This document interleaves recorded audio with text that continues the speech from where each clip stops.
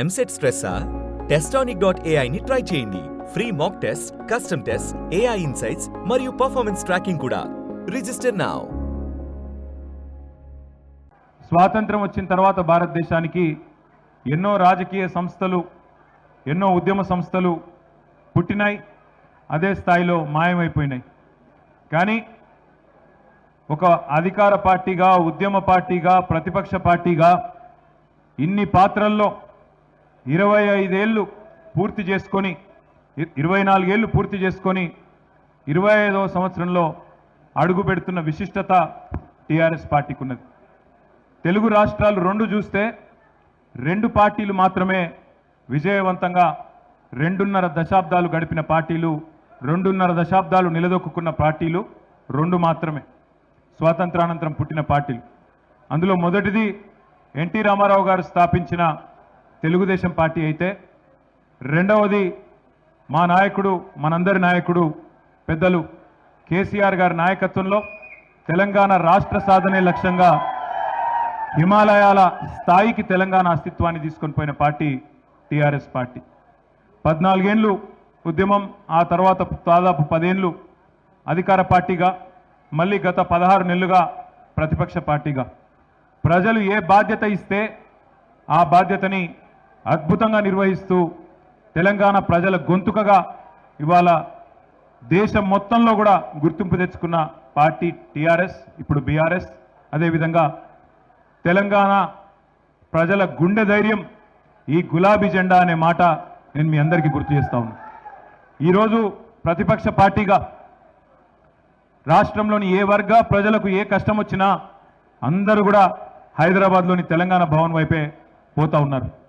ఒక జనతా గ్యారేజ్ మాదిరిగా హైడ్రా బాధితులైనా, మూసీ బాధితులైనా, లగచర్ల బాధితులైనా, సెంట్రల్ యూనివర్సిటీలో జరిగిన ధనదాహానికి బలైన అక్కడి విద్యార్థులైనా అందరూ కూడా వరుసగట్టి ఈ గులాబీ జెండా మాత్రమే తెలంగాణకు న్యాయం చేస్తుంది అనే పద్ధతుల్లో తిరిగి మళ్ళీ ఒక్కసారి ఖచ్చితంగా ఈ గులాబీ జెండాకే జైగొడుతున్న పరిస్థితి. ఇవాళ ఇక్కడ జరుగుతున్న సభ, జరగబోతున్న సభ ఎల్కతుర్తిలో ఏదో ఆషామాషి సభ కాదు. వరంగల్, ఉమ్మడి వరంగల్ జిల్లా మొదటి నుంచి ఉద్యమంలో గులాబీ జెండాకు అండగా ఉన్న జిల్లా. ఏ కష్టం వచ్చినా, ఏ ఇబ్బంది వచ్చినా కేసీఆర్ గారు తిరిగి చూసింది వరంగల్ వైపే. ఇక్కడ జయప్రదంగా, అద్భుతంగా మహాసభలు ఎన్నో నిర్వహించుకున్నాం. అదే పద్ధతుల్లో ఇవాళ 24 ఏళ్లు నిండి 25వ సంవత్సరంలో అడుగు పెడుతున్న ఈ రజతోత్సవ వేడుకకు వరంగలే వేదిక కావడం మనందరికీ గర్వకారణం. ముఖ్యంగా ఉమ్మడి వరంగల్ జిల్లా కార్యకర్తలు, నాయకులు, వారందరి విజ్ఞప్తి మేరకు, వారందరి కోరిక మేరకు పెద్దలు కేసీఆర్ గారు మరి మళ్ళీ ఒకసారి వరంగల్నే వేదికగా ఎంచుకున్నారు. ఇప్పుడు ఇక్కడికి వచ్చే ముందు మొత్తం ఈ 1250 ఎకరాల పైచిలుకు పార్కింగు మరియు సభా ప్రాంగణం ఏదైతే ఉందో దాని ఏర్పాట్లు వాహనంలో తిరుగుతూ కొంత, అదేవిధంగా పైన డయాస్ పైనుంచి కొంత పరిశీలించడం జరిగింది. దాదాపు ఎక్కడి నుంచి రాష్ట్రంలోని ఏ మూల నుంచి వచ్చే ఏ సోదరుడికైనా, ఏ సోదరికైనా ఎలాంటి ఇబ్బంది లేకుండా దాదాపు 1000 ఎకరాల్లో పార్కింగ్ సౌకర్యం కూడా ఏర్పాటు చేసుకున్నాం. అంటే 30,000, 40,000 వాహనాలు వచ్చినా ఏ ఇబ్బంది లేకుండా చిన్న వాహనాలు, పెద్ద వాహనాలు, బస్సులు, అదేవిధంగా ఆటోలు, జీబులు, తుఫాన్లు, కార్లు, ఎన్ని వాహనాలు వచ్చినా దాదాపు 30,000-40,000 వాహనాలు వచ్చినా ఎక్కడో దూరంకి వెళ్ళి నడిచొచ్చే అవసరం లేకుండా పక్కనే చాలా చక్కటి ఏర్పాట్లు చేసిన మా ఉమ్మడి వరంగల్ జిల్లా నాయకత్వానికి హృదయపూర్వకంగా నేను ధన్యవాదాలు చెప్తా ఉన్నాను. ఒకటి, వాహనాలు దూరం పెట్టే అవసరం లేదు. ఏ రోడ్డు నుంచి వచ్చే వాళ్ళకు ఆ రోడ్నే పార్కింగ్ కూడా. అంటే ఇట్లా సిద్దిపేట నుంచి వచ్చే హుస్నాబాద్ మీదుగా వచ్చే రోడ్ ఏదైతే ఉన్నదో అక్కడ మొత్తం దాదాపు ఉమ్మడి కరీంనగర్, అదేవిధంగా ఉమ్మడి ఆదిలాబాదు, నిజామాబాదు, మెదక్ జిల్లా, ఉమ్మడి మెదక్ జిల్లా, ఆయా జిల్లాల నుంచి వచ్చే అన్ని వాహనాలకు దాదాపు 260 ఎకరాల్లో పార్కింగ్ అంతా ఒకవైపు ఉన్నది సభా ప్రాంగణానికి. మరొక వైపు ఇటు ఖమ్మం, నల్లగొండ, ఇటువైపు కొంత భాగమైన వరంగల్ జిల్లా, అదేవిధంగా మరి వారందరికీ కూడా ఇటు పక్కన బ్రహ్మాండంగా దాదాపు 600 ఎకరాల్లో పార్కింగ్ యువతల వైపు ఉన్నది.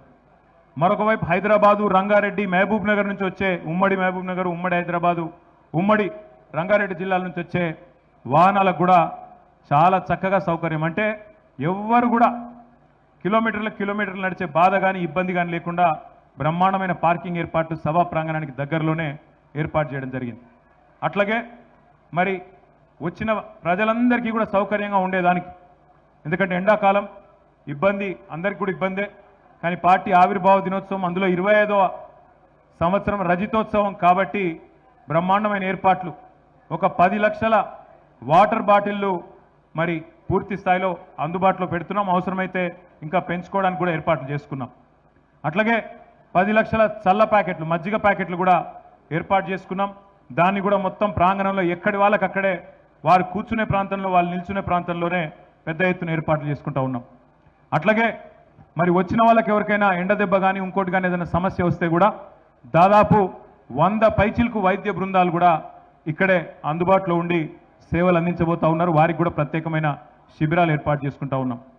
ఏమన్నా ఎమర్జెన్సీ ఉంటే దానికోసం కూడా ఆలోచన చేసి దాదాపు ఒక 15 నుంచి 20 అంబులెన్సులు కూడా దగ్గరలో పెట్టుకున్నాం. వాటిని కూడా ఏమన్నా ఇబ్బంది ఉంటే వెంటనే మనం వైద్య సహాయం అందించడానికి వాటిని కూడా ఏర్పాటు చేసుకున్నాం. అట్లాగే సుదూర ప్రాంతం నుంచి ఆడబిడ్డలు వస్తున్నారు, అన్నదమ్ముళ్ళు వస్తున్నారు, గులాబీ దండు కదులుతున్నది కాబట్టి వారందరి సౌకర్యం కోసం వచ్చిన వాళ్ళకి, ఎందుకంటే ఎండాకాలం మరి ఇబ్బంది కూడా ఉంటుంది కాబట్టి మరి చుట్టుపక్కల అన్ని ప్రాంతాల్లో కూడా చాలా పెద్ద ఎత్తున తాత్కాలిక టాయిలెట్ల నిర్మాణం కూడా కొనసాగుతున్నది. అవి కూడా పూర్తవుతాయి. అంటే అన్ని రకాలుగా వచ్చిన వాళ్ళకి పార్కింగ్ నుంచి సభ చేరుకోవడానికి ఈజీగా వచ్చిపోయేదానికి ఎక్కువ దూరం నడిచే అవసరం లేకుండా, అట్లాగే వచ్చిన తర్వాత నీళ్లు కానీ మజ్జిగ కానీ ఏమైనా ఇతరత్రా చిన్న అసౌకర్యం ఉంటే దానికి సంబంధించిన ఏర్పాట్లు కానీ అన్నీ కూడా ఆలోచించి, ఇక్కడ కాంగ్రెస్ గవర్నమెంట్ కాబట్టి మాకు వీళ్ళ కరెంటు మీద కూడా నమ్మకం లేదు. ఎందుకంటే కాంగ్రెస్ వచ్చినాక కరెంట్ ఎంత అవుతుందో నాకంటే బాగా మీకే తెలుసు. అందుకే దాదాపు 200 జనరేటర్లు కూడా ప్రత్యేకంగా ఏర్పాటు చేసుకున్నాం. వీళ్ళని నమ్ముకుంటే ఖచ్చితంగా వీళ్ళు మరి ఏదో రకంగా మోసం చేస్తారని తెలుసు కాబట్టి 200 జనరేటర్లు కూడా ప్రత్యేకంగా పార్టీ ఏర్పాటు చేసి గత 15-20 రోజులుగా ఇక్కడ వరంగల్ జిల్లా నాయకులు చాలామంది కష్టపడతా ఉన్నారు. సోదరులు వినయ్ భాస్కర్ గారు, సోదరులు పెద్ది సుదర్శన్ రెడ్డి గారు, సోదరులు పోచంపల్లి శ్రీనివాస్ రెడ్డి గారు, ఇంకా పెద్దలు గ్యాదరి బాలమల్లు గారు, మరి ఇక్కడనే అదేవిధంగా స్థానిక మాజీ శాసనసభ్యులు సతీష్ కుమార్ గారు మరి ఇక్కడే వారు మరి పూర్తి స్థాయిలో నిమగ్నమై ఈ మొత్తం ప్రాంగణము, పార్కింగు ఇవన్నీ కూడా ఏర్పాటు పర్యవేక్షిస్తూ ఉన్నారు. పెద్దలు దయాకర్రావు గారు, అదేవిధంగా గౌరవనీయులైన రాజయ్య గారు, గౌరవ శాసనసభ్యులు పల్లా రాజేశ్వరరెడ్డి గారు, ఇంకా మిగతా మిత్రులందరూ కూడా రెడ్డి నాయక్ గారు, ఇంకా మన మిగతా మిత్రులందరూ కూడా ఎక్కడి వారు అక్కడ వారి వారి నియోజకవర్గాలకు సంబంధించి సత్యవతి రాథోడ్ గారు, ఇంకా కవిత గారు, అదేవిధంగా మిగతా మిత్రులు ఎంపీ రవి గారు, ఇంకా మన రవీంద్రరావు గారు, పేరు పేరున అందరికీ వారందరూ కూడా వారి వారి నియోజకవర్గాల్లో జన సమీకరణ, అక్కడి నుంచి ప్రజలు పెద్ద ఎత్తున తరలి వచ్చే ఏర్పాట్లు కూడా చేస్తూ ఉన్నారు. నాకు ఉన్న అవగాహన మేరకు టీఆర్ఎస్ చరిత్రలో, ప్రస్తుత బీఆర్ఎస్ చరిత్రలో ఇది ఒక అతి పెద్ద బహిరంగ సభ కాబోతా ఉన్నది. మీరందరూ కూడా చూస్తారు. ఎందుకంటే ప్రతి నియోజకవర్గం నుంచి, ప్రతి జిల్లా నుంచి రిపోర్ట్ వస్తూ ఉంది. మాకు ఇంకా ఎక్కువ బండ్లు ఏర్పాటు చేయండి, కేసీఆర్ గారిని చూడాలి, ఆయన మాట వినాలి, ఆయన మాట వింటే ధైర్యం వస్తుంది, ఆయన మాట వింటే ఈ కాంగ్రెస్ అరాచక పాలన అంతం చేయడానికి ఈ బాధితులందరికీ గుండె నిండా మళ్ళొక్కసారి ఉత్సాహం వస్తుంది. కాబట్టి మేము వస్తామని చెప్పి ఎక్కడి వాళ్ళక్కడ ప్రతి నియోజకవర్గానికి సంబంధించి కూడా మరి ఒత్తిడి ఉన్నది. కానీ నేను మిత్రులందరినీ కోరుతా ఉన్నా, ముఖ్యంగా ఉమ్మడి వరంగల్ జిల్లా మిత్రులు, పక్కనే ఉన్న కరీంనగర్ జిల్లా మిత్రులను కూడా కోరుతా ఉన్నా, ఎవరికి ఏ వాహనం అందుబాటులో ఉంటే ఆ వాహనం తీసుకొని వచ్చేయండి. మీరు కొంతమంది దగ్గరున్న వాళ్ళు మోటార్ సైకిల్ మీద కూడా వస్తారు. హుస్నాబాదు, హుజురాబాద్ వాళ్ళు పెద్ద ఎత్తున మోటార్ సైకిల్ మీద కూడా రావడానికి ఏర్పాట్లు చేసుకుంటా ఉన్నారు. జాగ్రత్తగా రండి. కానీ ఎవరికి ఏ చిన్న వాహనం దొరికినా అందుబాటులో ఉన్న వాళ్ళు రండి. నాకు పొద్దున్నే ఈరోజు ఒక దృశ్యం చూస్తే చాలా గొప్పగా అనిపించింది. మళ్ళీ ఉద్యమం నాటి రోజులు గుర్తొచ్చినాయి. ఇక్కడ వరంగల్లో సభలు జరిగినప్పుడు గతంలో నర్సంపేట నుంచి, అదేవిధంగా పరకాల నుంచి ఆ ప్రభ బండ్లు వచ్చేది పెద్ద ఎత్తున. అట్లాగే మళ్ళొక్కసారి ఈరోజు సూర్యాపేటలో బయలుదేరినారు. అప్పుడెప్పుడో బండి యాదగిరి గారు పాట రాసినారు, బండెనక బండి కట్టి అందరం పోదాం బయలుదేరని. మరి అదే పద్ధతుల్లో బండెనక బండి కట్టి ఇవాళ సూర్యాపేట జిల్లా రైతన్నలు అక్కడ సూర్యాపేట జిల్లా కేంద్రం నుంచి పెద్ద ఎత్తున బయలుదేరి వాళ్ళు వస్తూ ఉన్నారు. ఇవాళ సాయంత్రం తొర్రూరు కూడా చేరుకుంటున్నారు.